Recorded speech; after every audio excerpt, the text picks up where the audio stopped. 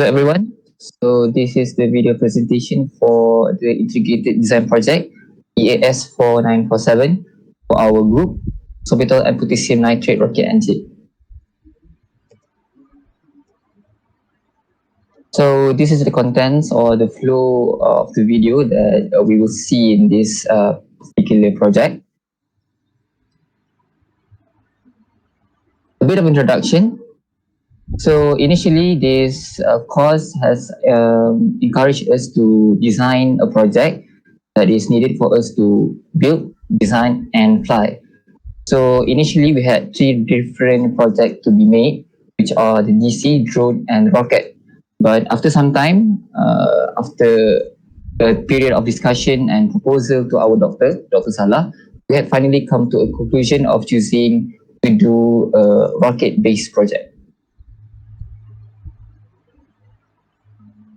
So we have further segregate our team members into smaller subcomponents for each of the subsystem, which is me, myself, Hazimi, and Shakir belong to the group of power and propulsion.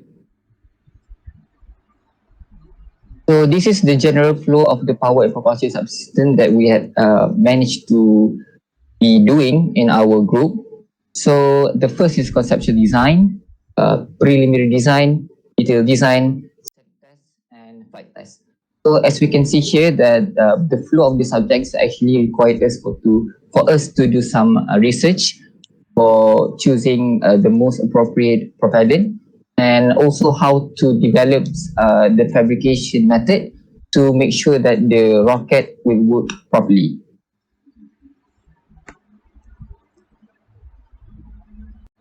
Okay, so this is the fabrication process of the propellant motor, where we had conducted the project at FTC Engineering in Shah Alam. So as you guys can see, this is the process that we had done, from the measuring to the mixing to the axial compressing of the propellant using the hydraulic jack, and to the curing of the propellant, where we use the masker to seal off the end of the propellant to make sure that the propellant does not get oxidized, to preserve its performance. And lastly, of course, where we had conducted the static test to measure the impulse generated by the propellant. So this is all from our subcomponent, power and propulsion. Okay, moving on to structure and material subgroup. The members are Imanina, me, myself, Imanina, Madiha, and also Shakir.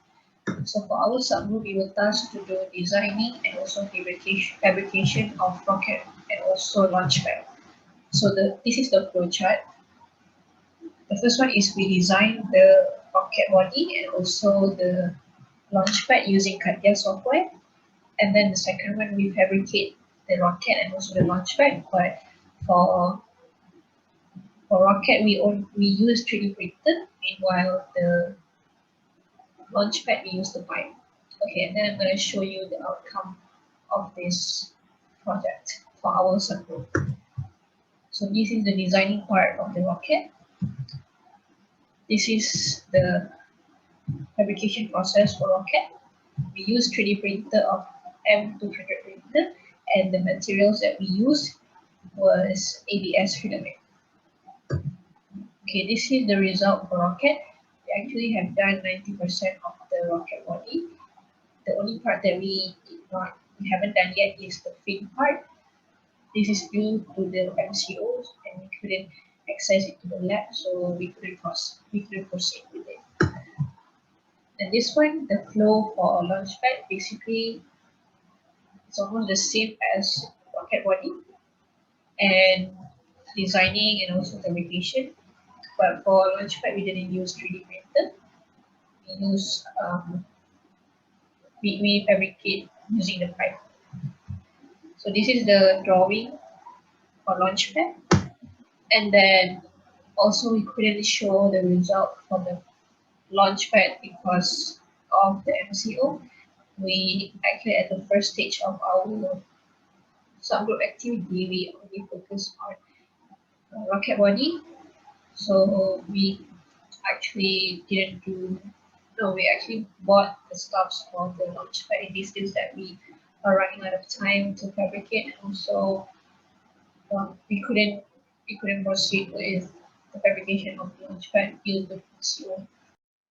Thank you, Iman. So now I will proceed with the aerodynamic subsystem. I'm Hanis Zafirah and Shakylla was responsible on the analysis of the rocket simulation. This analysis was done by using ANSYS software. The simulation procedure that we use on ANSYS Workbench Fluent is as follows. Firstly, the geometry. We import the drawing from CATIA into the ANSYS Design Modeler where we're able to edit the rocket geometry. And then we add enclosure around the rocket for simulation of the outer rocket body. Next, we also add the boundary condition and do the setup for the grid generation for the rocket model to proceed for the meshing process. After the meshing process is done, we continue with the setup of Fluent where we insert the necessary data for the rocket simulation.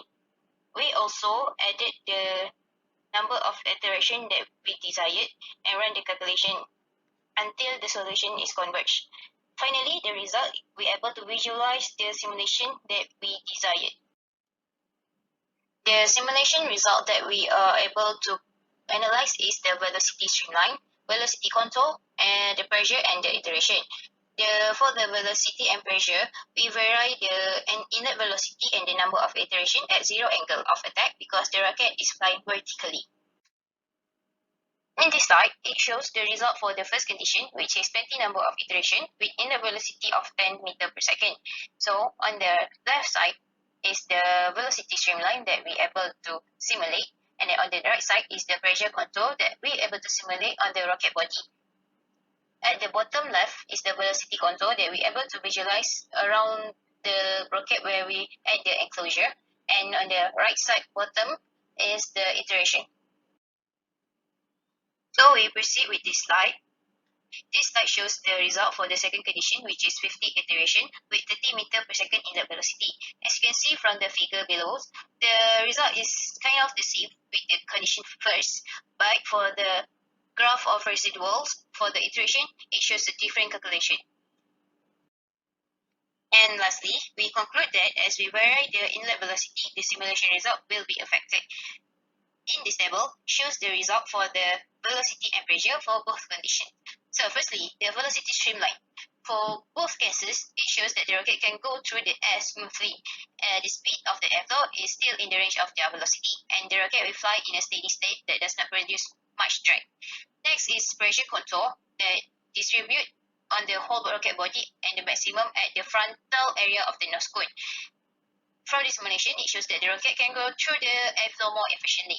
In case 2, however, shows that the pressure distribution is more evenly distributed along the entire surface of the rocket. And then the velocity control. The illustration shows the similar result for both cases, but the numerical result is different. For both rocket configuration, show logical and desirable velocity control. And for the iteration residual graph, it managed to produce a decreasing negative gradient. That means the graph is converging, which is good, and its corresponding contour and result are valid for the lower residual. And that's all for aerodynamic subgroup. So I'm going to pass it to flight control subgroup to proceed with this presentation.